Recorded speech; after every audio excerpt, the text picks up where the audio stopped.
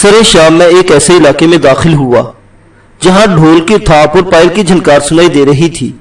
لوگ اپنے حواریوں کے جھرمٹ میں آتے، پورے بازار کی دکانوں سے فرشی اسلام قبول کرتے، آگے بڑھتے اور پھر کسی بالا خانے کے زینوں میں یوں روپوش ہو جاتے جیسے وہ انہی کوٹھوں کی سرپرستی کے لیے پیدا کیے گئے ہوں۔ اپنے آقا کے ہمراہ پورے علاقہ کا چکر لگانے کے بعد جب میں دوبارہ ایک گلی میں داخل ہوا تو فطری طور پر چوکنا ہو گیا۔ ادھر دوسری بار آنے کا مطلب یہ تھا کہ اس گلی کے قرب و جوار میں کوئی مارکا ہونے والا ہے۔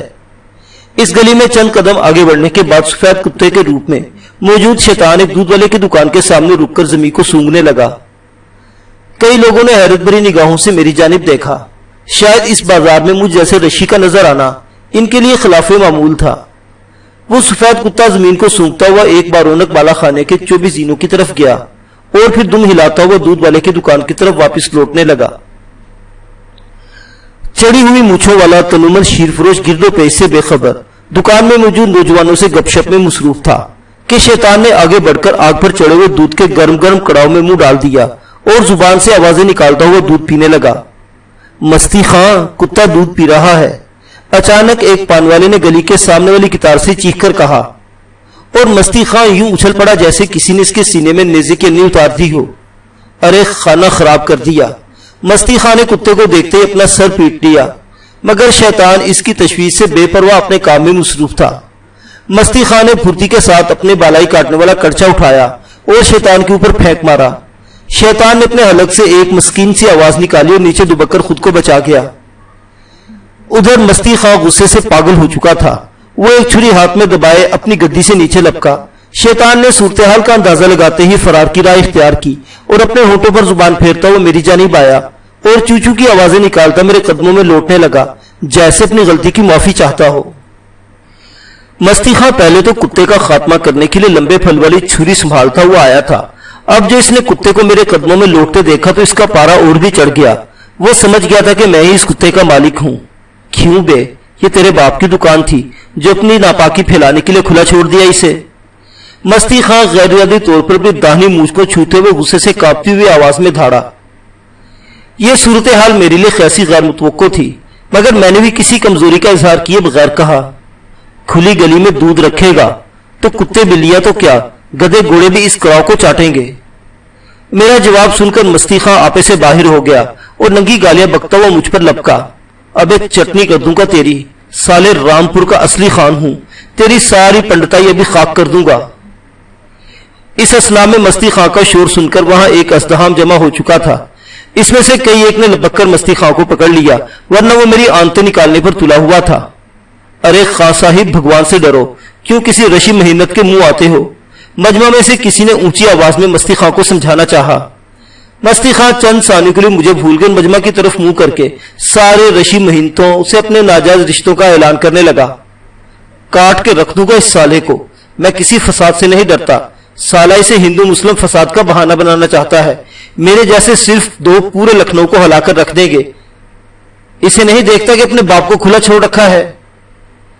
سب لوگوں کو سانپ سوکھ گیا، مگر مستی خان لوگوں کی گرفت سے نکلنے کے لیے پورا زور کر رہا تھا۔ میں خاموشی کے ساتھ اپنی جگہ پر کھڑا اسے گھورتا رہا۔ چھوڑ دو مجھے۔ مستی خان چھری ہوا میں لہراتا ہوا کسی پاگل بھیڑیے کی طرح چیخا، لیکن وہ 10-12 آدمی جوک کی طرح اسے لپٹے رہے۔ اس وقت تک بالا خانوں سے ابھرنے والا رقص و آہنگ کا شور اس ہنگامے میں ختم ہو چکا تھا۔ کوٹھے والیوں، ان کے رکھوالوں اور تماشائیوں کے ہجوم بالا خانے کی کھڑکیوں پر امڑ آئے تھے۔ کوئی راہ نہ پا کر مستی خان نے ایک مرتبہ پھر زور کیا اور خود سے لپٹے ہوئے آدمی کے پہلو میں چھری گھونپ دی۔ وہ بری طرح چیختا ہوا زمین پر ڈھیر ہو گیا۔ مستی خان کو پکڑنے والوں سمیت سارا ہجوم جان کے خوف سے وہاں سے بری طرح دوڑ پڑا اور وہ خونالود چھری لہراتا ہوا میری طرف لپکا۔ میں نے اپنا ہاتھ اس کی طرف بلند کر کے ایک جھٹکا دیا اور یوں محسوس ہوا جیسے کسی نادیدہ قوت نے مستی خان کی گردن دبوچ کر اسے فضا میں اٹھا لیا ہو۔ بوکلاہٹ میں اس کے ہاتھ سے چھری نکل گئی اور بالا خانوں سے جھانکنے والوں نے دیکھا کہ غیظ و غضب سے دھاڑتے مستی خان کی بری طرح گھگی بند گئی تھی۔ مستی خان یوں زمین سے 10-11 فٹ اوپر اٹھتا چلا گیا اور پھر کسی بے ضرر کیچوے کی طرح نیچے پھینک دیا گیا۔ نہ جانے یہ دہشت تھی یا گرنے کے سبب اسے کوئی اندرونی چوٹ آئی تھی کہ وہ جس پہلو گرا اس پر اسی پہلو بے ہوش ہو گیا۔ میں نے حقارت سے اس کی کھوپڑی پر ٹھوکر ماری اور شیطان اس کا منہ چاٹتا ہوا آگے ہو لیا۔ مستی خاں کا یہ حشر دیکھ کر بھاگنے والے تیزی سے دوبارہ میرے گرد جمع ہونے لگے. ایک دو ہندو تو فرتے عقیدت سے میرے قدموں میں آ گرے. جب میرے ہاتھ پیر چومنے والوں کی کثرت ہونے لگی تو شیطان نے مشتعل ہو کر زور زور سے بھونکنا شروع کر دیا اور اس مصیبت سے میری جان چھوٹ گئی. ابھی میں آگے بڑھنے کا ارادہ ہی کر رہا تھا کہ ایک دبلا پتلا شخص بھیڑ کو چیرتا اور بری طرح ہانپتا ہوا میرے قریب آیا اور دونوں ہاتھ جوڑ کر سرگوشیانہ لہجے میں بولا، سرکار کو اعلیٰ حضرت نواب بننے خان نے سرلا بائی کے کوٹھے پر یاد فرمایا ہے. میں اس بوکھلائے ہوئے جوبے کو دھتکارنا ہی چاہتا تھا کہ اچانک شیطان نے میرا لبادہ اپنے منہ میں پکڑ کر ایک طرف کھینچنا شروع کر دیا اور میں نے اس شخص کے کہا، تم چلو، ہم ابھی آتے ہیں. سرکار اعلیٰ حضرت کا مزاج بہت تیز ہے، اکیلا گیا تو خون پی جائیں گے، وہ مسمسی صورت بنا کر بولا. شیطان بدستور میرا لبادہ کھینچے جا رہا تھا اور اب میں سمجھ چکا تھا کہ اس نے یہ سارا کھیل اسی لیے رچایا تھا کہ نواب بننے خان تک رسائی حاصل کی جا سکے. میں اس شخص کے ہمراہ بڑھا تو چند آدمی مستی خاں کو اٹھا کر دکان میں لے جا رہے تھے اور 10-15 آدمی اس کے ہاتھوں زخمی ہونے والے کی دیکھ بھال کر رہے تھے. سرلا بائی کا کوٹھا ایک عظیم الشان مکان تھا. میں 2 صاف ستھری روشوں اور راہداریوں سے گزرتا ہوا بڑے کمرے میں پہنچا تو شراب و شباب کی مسحور کن بو سے فضا مہک رہی تھی. کمرے کی چھت سے قیمتی فانوس لٹک رہے تھے. فرش پر دبیز ایرانی قالین بچھا ہوا تھا جس پر مخمل کے تکیے سہارا لیے ایک تنومند اور باروب شخص بیٹھا ہوا تھا. اس کے پہلو میں ایک حسین و جمیل رقاصہ گھنگرو باندھے پھولوں اور زیورات سے لدی شراب کا پیمانہ تیار کر رہی تھی. قالین کے وسط میں 2 نوخیز پھرتلی اور خوش جمال لڑکیاں طبلے کے اشارے پر منتظر کھڑی تھی. سازندوں کے پہلو میں ادھیڑ عمر ڈیرے دارنی تاندان سجائے بڑے آسودہ انداز میں چھالیاں کتر رہی تھی اور اس سے قدرے فاصلے پر 7 افراد سانس روکے سہمے سکڑے یوں بیٹھے تھے جیسے ملک الموت ان کے سامنے کھڑا مہلت کی سانسیں گن رہا ہو. ہاں، 8واں شخص خاصا مستعد تھا اور اس کے بدن پر بھی کم و بیش وہی لباس تھا جو میں پہنے ہوئے تھا. بس فرق اتنا تھا کہ میری تمام مالائیں پتھر کی تھی اور وہ کئی سیر وزنی سونے کی مالائیں پہنے ہوئے تھا. آئیے سرکار، آئیے. تنومند اور باروب شخص اپنے ساقی کا سہارا لے کر نوابی شان سے اٹھتا ہوا کھڑکھڑاتے ہوئے لہجے میں بولا. شراب کا ساغر اب بھی اس کے داہنے ہاتھ میں تھا. تم میں بننے خان کون ہے؟ گو میں سمجھ چکا تھا کہ اٹھنے والا ہی نواب بننے خان ہے، لیکن میں نے ان سب کو اپنی بے نیازی سے مروب کرنے کی خاطر سوال کیا. یہ میری بدنصیبی ہے کہ سرکار مجھ سے ناآشنا ہے. وہ ساغر سے ایک گھونٹ لیتے ہوئے ہنس کر بولا، ورنہ لکھنؤ کی سڑکیں اور گلیاں بھی میرے قدم پہچانتی ہیں. میں دل ہی دل میں اس کی حضرت سرائی پر ہنسا اور سنجیدگی سے بولا، دنیا داروں کی اس محفل میں مجھے کیوں بلایا ہے بننے خان؟ میں جھروکے سے دیکھ رہا تھا، خود دیکھ رہا تھا کہ مستی خان تمہارے اشارے پر ہوا میں معلق ہو کر رہ گیا. میں نے بھی ایک رشی پر بھروسہ کیا تھا، وہ مٹی کی روشن ہانڈیاں تو اڑا سکتا ہے مگر تم جیسا کوئی کمال وہ میری فرمائش پر نہ دکھا سکا. بننے خان ہچکیاں لیتا رک رک کر کہہ رہا تھا، مجھے خوشی ہوگی سرکار اگر 2-4 دن میرے مہمان رہو. میں نے بولنا چاہا لیکن اچانک یوں محسوس ہوا جیسے میری زبان تالو سے چپک کر رہ گئی ہو اور شیطان سونے کی مالاؤں والوں کی طرف منہ کر کے زور زور سے بھونکنے لگا. میں نے کئی بار اپنی زبان کو جنبش دینے کی کوشش کی لیکن میرے لیے ممکن نہ ہو سکا. ادھر شیطان بھونکتا ہوا اس طلائی مالاؤں والوں کی طرف بڑھ رہا تھا اور وہ ہونٹوں پر فاتحانہ مسکراہٹ اپنی جگہ سے اٹھ چکا تھا. دیکھتے ہی دیکھتے اس بالا خانے پر سراسیمگی پھیل چکی تھی اور سب لوگ دوڑ کر بننے خان کے گرد سمٹ آئے تھے. میں نے غضبناک نگاہوں سے اس دوسرے رشی کی جانب دیکھا اور پوری قوت سے اپنا بایاں پیر فرش پر دے مارا. وہ بے خیالی کے باعث اس پرسرا جھٹکے سے نہ سنبھل سکا اور منہ کے بل فرش پر آ رہا. اس کے حلق سے آزاد ہونے والی تیز غراہٹ کے ساتھ ہی میری قوت گویائی بحال ہو گئی. وہ فرش سے تیش کے عالم میں اٹھا اور اس کے دھانے سے خون جاری تھا اور اب شیطان بھی خاموش ہو چکا تھا. وہ مجھے کینہ توز نظروں سے گھورتا رہا مگر میں فراخ دلانہ مسکراہٹ کے ساتھ بننے خان کی طرف متوجہ ہو گیا. پہلے رہتا نہ رہتا مگر اب ضرور تیرا مہمان رہوں گا بننے خان. مگر تم نے اس پر کیا عمل کیا تھا؟ بننے خان اس طاری کیفیت میں خالی ساغر منہ سے لگاتے ہوئے بولا، یہ کھڑے کھڑے کیسے گر گیا؟ یہ آپس کی باتیں ہیں. میں نے بے نیازی کے ساتھ کہا، تمہارا پنڈت کرشن کمار میرا پرانا دوست ہے، ہماری یہ نوک جھوک چلتی رہتی ہے. خوب، تم تو اس کے نام سے بھی واقف ہو. بننے خان اطمینان کا سانس لیتے ہوئے خالی ساغر دور اچھال دیا. یہ اچھا ہی ہوا، اب تم دونوں شاید مل کر کچھ کر سکو. کرشن کمار نے ایک بار پھر مجھ کو گھورا اور اپنے دہانے سے خون صاف کرنے لگا. یہ سارا عالم کھڑا کیوں ہے بھائی جی؟ بننے خان نے اپنے پہلو میں لگی ہوئی رقاصہ کے رخسار کو چھوتے ہوئے کہا. سازوں کو جگا دو تاکہ زندگی گردش میں آ سکے. جب تمہارے قدم رکتے ہیں تو زندگی تھم جاتی ہے. پائل اور طبلوں کا شور نہ ہو تو مجھے محسوس ہوتا ہے کہ میں بوڑھا ہو چکا ہوں اور میرے گرد قبر کا سکوت چھاتا جا رہا ہے. ناچو اور دل کھول کر ناچو. یک بیک طبلے چیخ اٹھے اور سرلا بائی کے ہمراہ ان دونوں نوخیز رقاصاؤں کے قدم بھی مچلتے ہوئے بننے خاں کے برابر میں جا بیٹھا. شیطان میرے پیچھے دیوار کے سہارے بیٹھ گیا.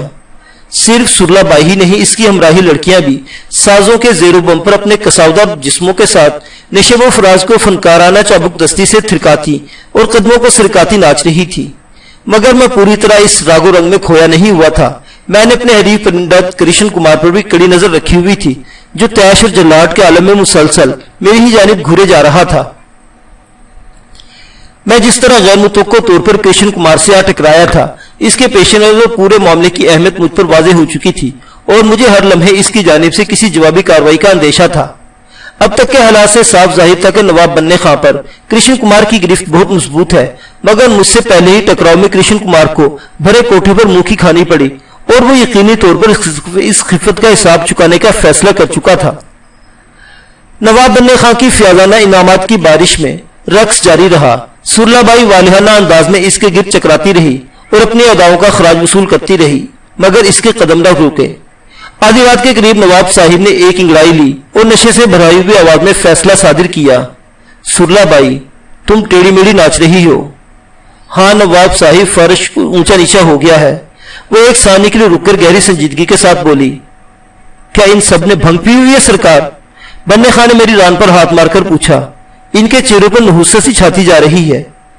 یہ کہتے ہوئے اس نے اپنے حواریوں کی طرف اشارہ کیا تھا.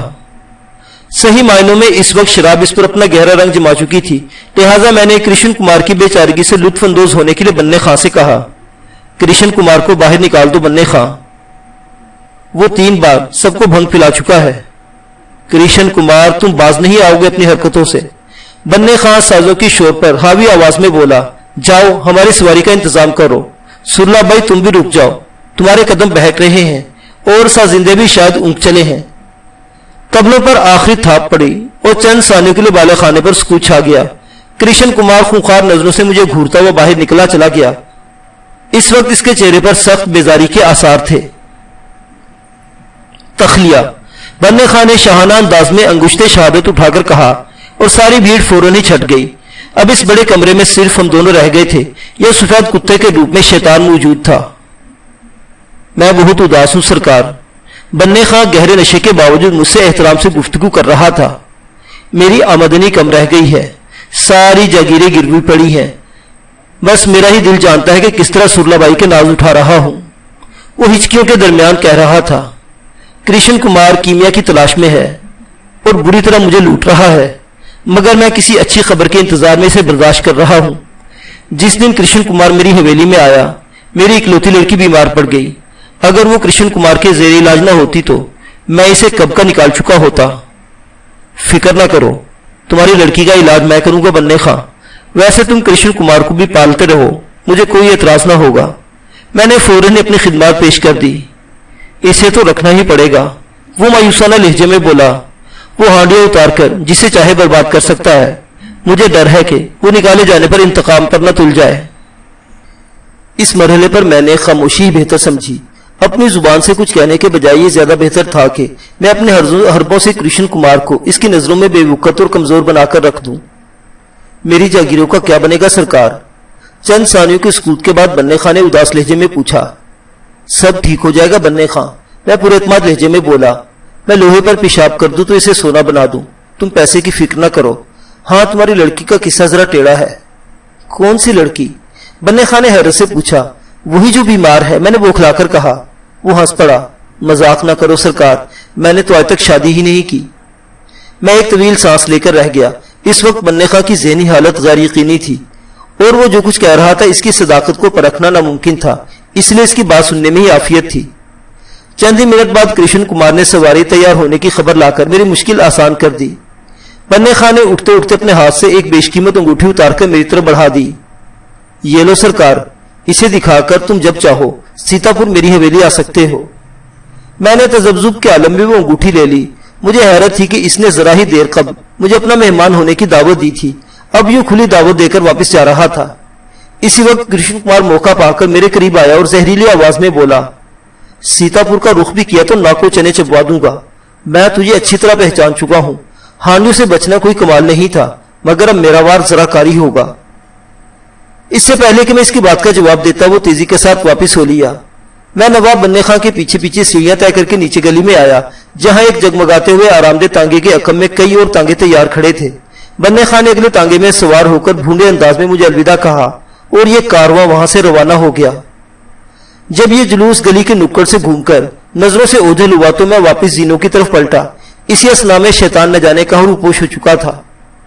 सुरलाबाई के कोठे पर हैरत और एहतराम के साथ मेरा इस्तकबाल किया गया और डेरेदारनी बन्ने खां की दिए हुए इनामात का तखमीना लगाते लगाते उठ खड़ी हुई और दोनों हाथ जोड़कर मेरे सामने झुक गई। सुरलाबाई और दूसरी दोनों रकासाओं ने भी मुझे इसी तरह ताजीम दी और मैं डेरेदारनी के सामने पहुंचकर रुक गया। सुरलाबाई की एक रात की कितनी कीमत है बाई जी? मैंने तहकुम आमेज लहजे में पूछा। बैक वक्त कई हैरतज़दा निगाहें मेरे चेहरे पर जम गई। शायद इनमें से किसी को यह उम्मीद नहीं थी कि कोई मुहिन्नत या रशी तवाइफ के कोठे पर आकर यूं खुले बंदो जिस्मों का मोल तोल कर सकता है। चंद सानियों में इस नायिका को अंदाजा हो गया कि मैं काफी हद तक संजीदा हूं, तो इसका चेहरा उतर गया और वो मुर्दा सी आवाज में बोली, ये हीरा तो बेमोल है महाराज। मैंने इसे बुढ़ापे के लिए बड़े अरमानों से पाला है। नवाब बन्ने खां के सदके के वो इसे 200 रुपये महाना गुजारा देते हैं और इनाम इकराम की बारिश इसके अलावा है। ये मेरी बात का जवाब नहीं है, मैंने डबट कर कहा। महाराज, वो कांपती हुई मेरे कदमों में आ गिरी। हम वजादार लोग हैं, हमारा कारोबारी भरोसा पर चलता है। जब तक मेरी लड़की बन्ने खां के गुजारे पर है और इनसे अनबन नहीं होती, कोई गैरमर्द इस कोठे पर नहीं आ सकता। मेरी बच्ची इस कोठे की ही नहीं, बन्ने खां की भी इज्जत है। ये गुफ्तगू हो रही थी कि सुरलाबाई रोती हुई अंदर भाग गई। ढकोसलेबाजी न कर बुढ़िया, मैंने इसे परे धकेल दिया। तवाइफ और कोठे की इज्जत सिर्फ दौलत होती है। वो तेरी लड़की को महीने के 200 देता है, मैं एक रात के 400 दूंगा। मेरी इस पेशकश का बुढ़िया पर कोई असर न हुआ और वो अपने आंसू पीती हुई मजबूत लहजे में बोली, ये नहीं हो सकता महाराज। वो रो रो कर मर जाएगी लेकिन बन्ने खां से दगा नहीं करेगी। अगर एक बार ये कोठा बदनाम हो गया तो शुरफा कभी इधर का रुख न करेंगे और मुझे हर रात अपनी लड़की के लिए एक नया गाहक ढूंढना पड़ेगा। इस बाजार में ऐसे भी कोठे हैं जहां चंद कोड़ियों के मोल तुम्हें जवान छोकरियां मिल जाएंगी। भगवान के लिए मुझ पर रहम करो। मैंने तैश में आकर इसे धक्का दिया और तेजी के साथ इस दरवाजे में दाखिल हो गए जिसमें घुसकर सुरलाबाई मेरी नजरों से ओझल हुई थी। राहदारी के दूसरे ही कमरे में मुझे सुरलाबाई नजर आ गई। वो अपना मुंह तकिए में छुपाए औंधी लेटी बुरी तरह रो रही थी। मैं किसी अय्यार चीते की तरह दबे कदमों आगे बढ़ा और इसे बिस्तर पर ही दबोच लिया। सुरलाबाई के हलक से खौफजदा सी चीख निकली और इसी वक्त नायका भी मेरे ताकुब में वहां आ पहुंची। भगवान के कहर से डरो महाराज, ये कैसा अंधेर है कि जिस कोठे पर ऐरो गैरों का गुजरना मुहाल था, आज वहां एक मुहिन्नत मेरी बच्ची के आबरू लूटें घुसाया है। मैंने तैश में आकर बुढ़िया के सीने पर लात मारी और वो एक तेज हिचकी लेकर किसी कटे हुए शहतीर की तरह फर्श पर ढेर हो गई। पता नहीं वो मर गई थी या सिर्फ बेहोश हुई थी। अम्मा, हमें बचा लो, हम बन्ने खां को क्या मुंह दिखाएंगे। सुरलाबाई मेरी बेरहमाना गिरफ्त में बिलक बिलक कर बुरी तरह मचलने लगी थी, मगर इसकी मां खामोशी के साथ फर्श पर बेहिस हरकत पड़ी रही। नायका के साथ आने वाले साजिंदे बुढ़िया का हश्र देखकर अपनी जान के खौफ से वहां से भाग चुके थे। वो फूट फूट कर रोते और तड़पती रही। जरा ही देर में इसकी खूबसूरत आंखें मुतवर्रम हो गई, मगर मुझ पर जुनून तारी हो चुका था। मैंने अपने दांतों और सख्त उंगलियों से इसका बदन बुरी तरह उधेड़ डाला। और इस वक्त जब मैं इस तवाइफजादी को पूरी तरह बेदस्तोपा कर चुका था, राहदारी में कई कदमों की धमक गूंज उठी और फिर खुले हुए दरवाजे से नापकर कृष्ण कुमार की जहरीली आवाज सुनाई दी। देख लीजिए नवाब साहिब, ये मुझे सूरत ही से बदतीनत लगता था। यहां से जाते जाते मेरा माथा ठिनका था। अब तो आपने खुद देख लिया कि ये रशी के रूप में शैतान है। छोड़ दे सुरलाबाई को। अचानक नवाब बन्ने खां की गंभीर और तुंद आवाज उभरी। मैंने सुरलाबाई पर अपनी गिरफ्त कमजोर किए बगैर पलटकर कहरबार नजरों से दरवाजे की तरफ देखा।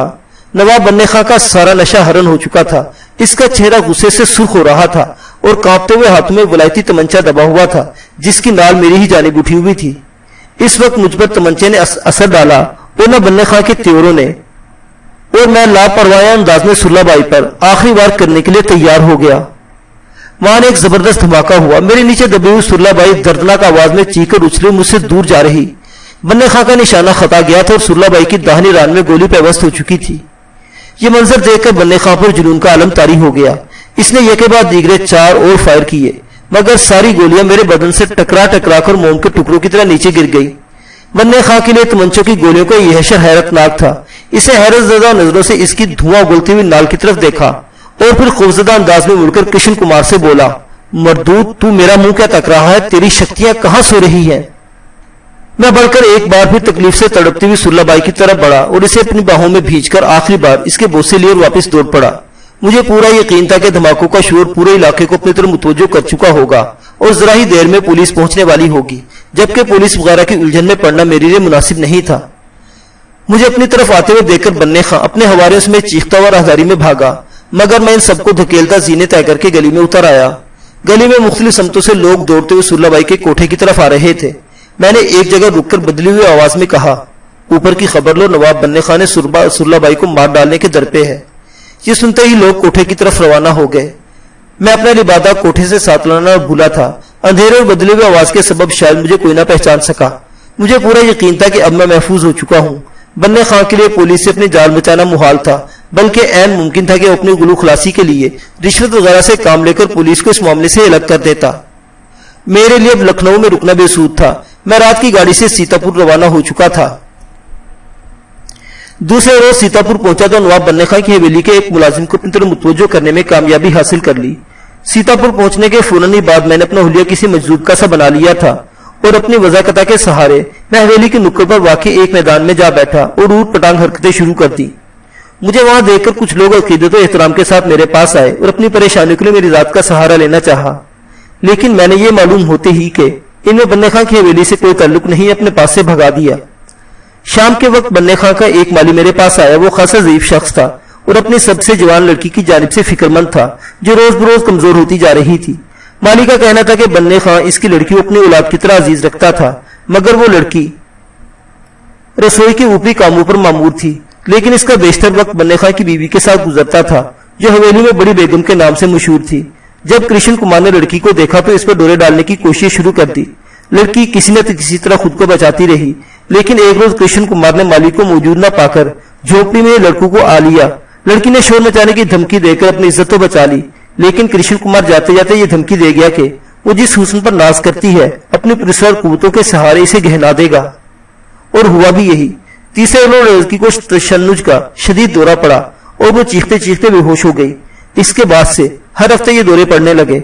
माली ने झाड़ फूंक के कई इलाज करा डाले, लेकिन कोई अफाका नहीं हुआ और कृष्ण कुमार तो इस मौजू पर बात करने को तैयार ना था। कृष्ण कुमारी क्या इस हवेली में तन्हा रहता है? मैंने बारोब लहजे में माली से पूछा। नहीं महाराज, वो तो हवेली में कभी कुबारी नजर आता है, माली हाथ जोड़कर बोला। फिर यकबयक इसका लहजा राजदाराना सा हो गया। सुनते हैं कि हवेली के पीछे एक वीरान तहखाना है, वो ज्यादातर वही रहता है। नवाब साहब भी इससे मिलने वहां जाते हैं। इन पर इस बदमाश की पूरी गिरफ्त है। वो अपने साथ एक खूबसूरत लड़की भी लाया था और आज भी इस हवेली में बेगम बनी बैठी है। ये इंकिशाफ मेरे लिए गैर मुतवक्को था। मुझे ये उम्मीद भी नहीं थी कि कृष्ण कुमार ने अपनी महबूबा को किसी दूसरे के हवाले कर दिया होगा। इस मरहले पर एक और शुबा ने मेरे ज़हन में सर उभारा। अगर बन्ने खां इतना ही हवस परस्त था कि कृष्ण कुमार की महबूबा पर हाथ डाल दिया, तो आखिर हवेली की कदीम माली ने अपनी लड़की के बारे में इस पर एतमाद कैसे कर लिया? ये तो माली खुद ही कह चुका था कि बन्ने खां इसकी लड़की को बहुत ज्यादा अजीज रखता है। तो झूठ क्यों बोलता है बूढ़े? क्या ये ठीक नहीं कि तू अपनी लड़की को चारा बनाकर नवाब की दौलत समेटने के ख्वाब देखता रहा है? मैं गुस्सीली आवाज में बोला। एक सानी के लिए माली की आंखों में हैरत और खौफ के आसार उमड़ आए। इसके होंठों के गोशे से कांप पे और लरसती आवाज में बोला, सच है महाराज, तुमसे कोई बात छुपी नहीं, मगर यह गलत है कि मैं लड़की को चारा बनाया था।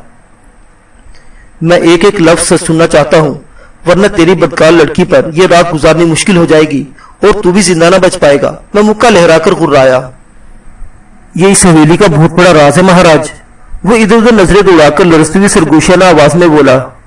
नवाब साहिब औरतों के लिए बिल्कुल बेजरर है।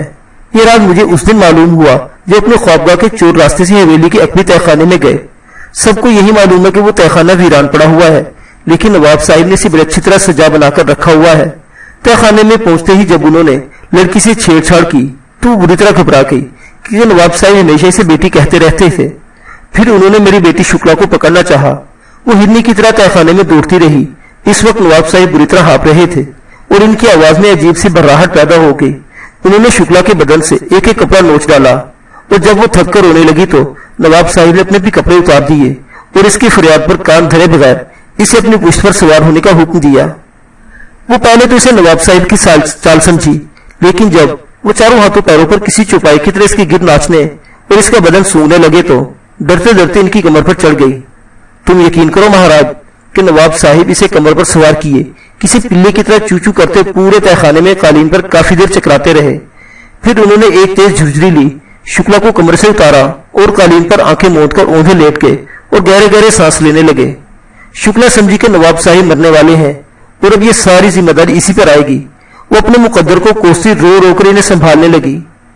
थोड़ी देर बाद नवाब साहिब के हवास बहाल हुए तो वो शुक्ला से झींकने लगे और एक कीमती हार देकर इल्तिजा की कि हवेली में किसी से इस किस्से का तस्करा न करे। इसके बाद अक्सर ये होता कि शुक्ला नवाब साहिब के कमरे में कई कई घंटे घुसे रहती और किसी को शुबा तक न होता कि वो तहखाने में जाती या कोई शर्मनाक खेल खेलती है। एक दिन इसके कपड़ों के संदूक से इत्तफाकन नवाब साहिब के दिए हुए कई कीमती जेवरात मेरे हाथ लग गए। मैंने इसे कोठरी में बंद करके बुरी तरह मारा तो इसने डरते डरते पूरी कहानी सुना डाली। इसने कहा कि मुझे मेहनत करते देखकर वो हर वक्त उड़ती रही है और अगर इज्जत खराब कराए बगैर दौलत हाथ आती तो क्या बुराई है। मुझे इस कहानी पर बिल्कुल यकीन न आया। इस पर अगले रोज इसने नवाब साहिब की लाइलमी में मुझे तहखाने में छुपा दिया और मैंने अपनी आंखों से वही सब कुछ देखा जो मैं शुक्ला से सुन चुका था। बस महाराज, मेरी आंखों पर हवस का पर्दा पड़ गया और मैं थोड़े ही अरसे में लखपति बनने के ख्वाब देखने लगा और शुक्ला मेरी इजाजत से नवाब साहिब के साथ तहखाने में जाती रही। मगर मुकद्दर के खेल भी निराले होते हैं। एक रोज कृष्ण कुमार शर्मीली नाम की लड़की के साथ यहाँ पहुंचा। चंद ही दिनों में इसे तहखाने का राज मालूम हो गया। पहले इसने शुक्ला को नवाब साहिब से दूर रहने का हुक्म दिया, फिर 2 बार मुझे भी धमकियां दी और आखिरी धमकी के तीसरे ही रोज शुक्ला पर वो दौरा पड़ा। कृष्ण कुमार ने हवेली में उड़ा दिया है कि शुक्ला को छूत की बीमारी है।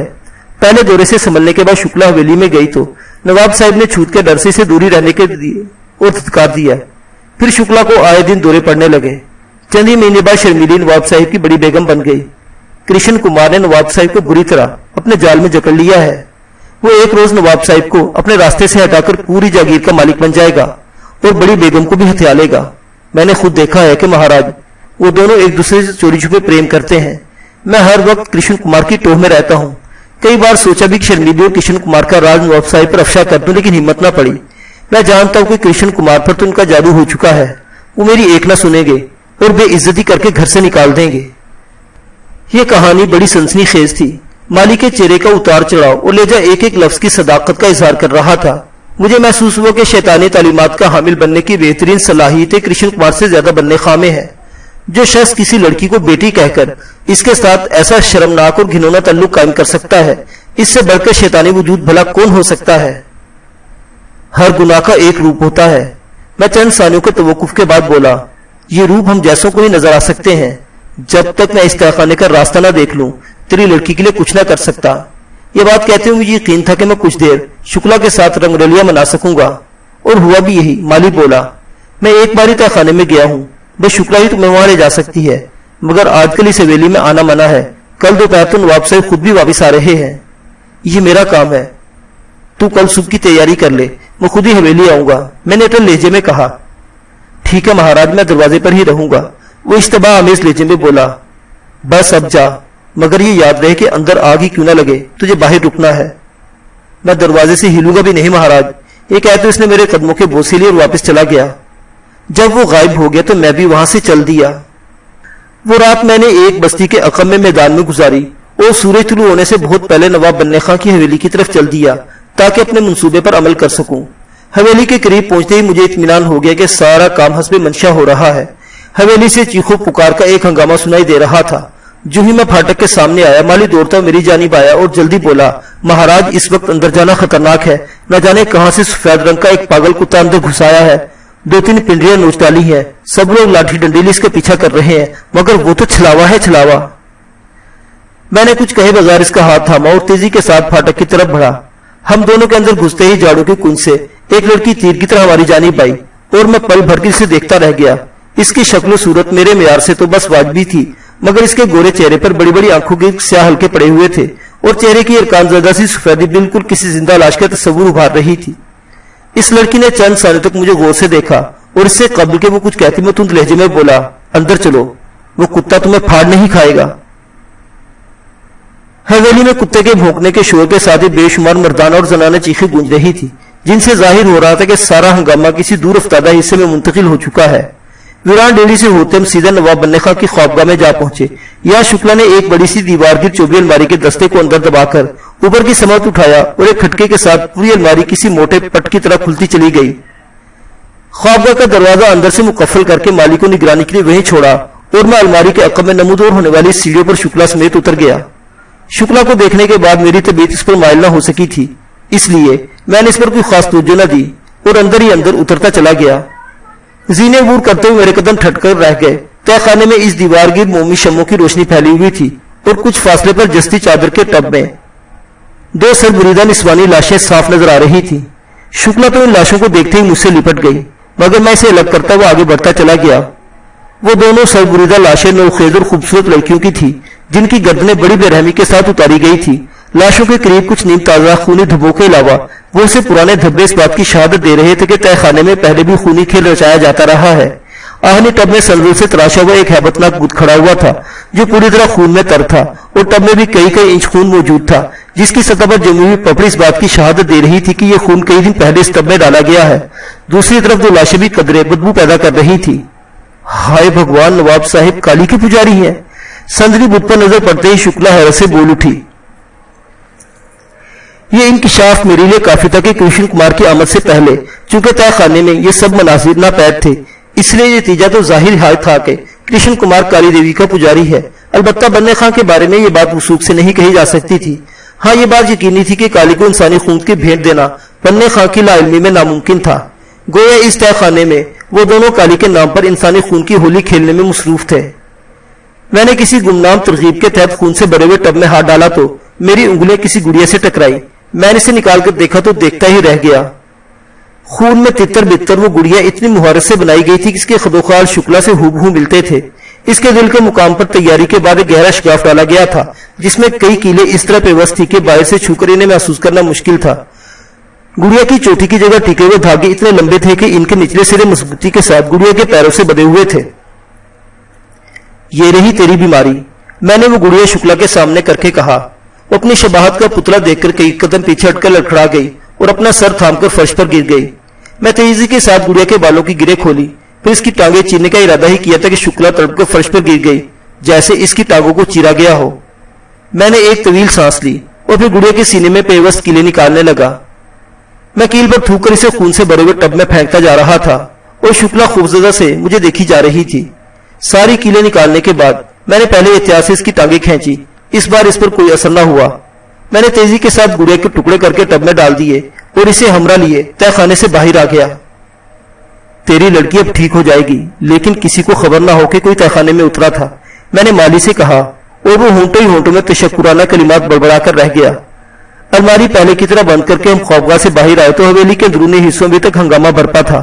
हम तीनों किसी से बगैर टकराए बाहर आ गए, जहां मैं बाप बेटी से अलग होकर फुर्ती के साथ खिसक गया। शैतान का पुजारी बनने के बाद खुद में बड़ी तब्दीलियां महसूस कर रहा था। नकाहत, भूख, थकान या कमजोरी का हर एहसास नापैद हो चुका था, इसलिए मजीद कोई आराम किए बगैर मैं चलता रहा। पूरी तरह दिन निकल चुका था। मैं एक वीरान से बाजार में पहुंचा और लोहे की एक टुकड़े को सोने में तब्दील करके शहर से सर्राफ की दुकान पर फरोख्त कर दिया। नवाब बन्ने खां की हवेली में काली का बुत देखने के बाद मेरे जहन में अजीब खलिश पैदा हो गई थी।